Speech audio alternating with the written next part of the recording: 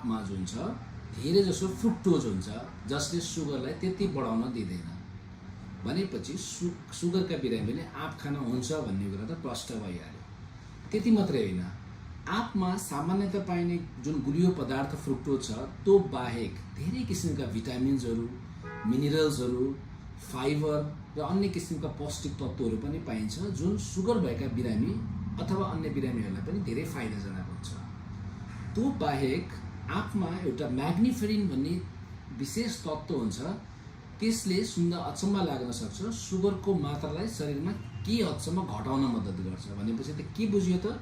वास्तवमा आँप त सुगरको बिरामीले खान मिल्दो रहेछ, तर सही मात्रामा र सही समयमा मात्रै खानुपर्ने हुन्छ।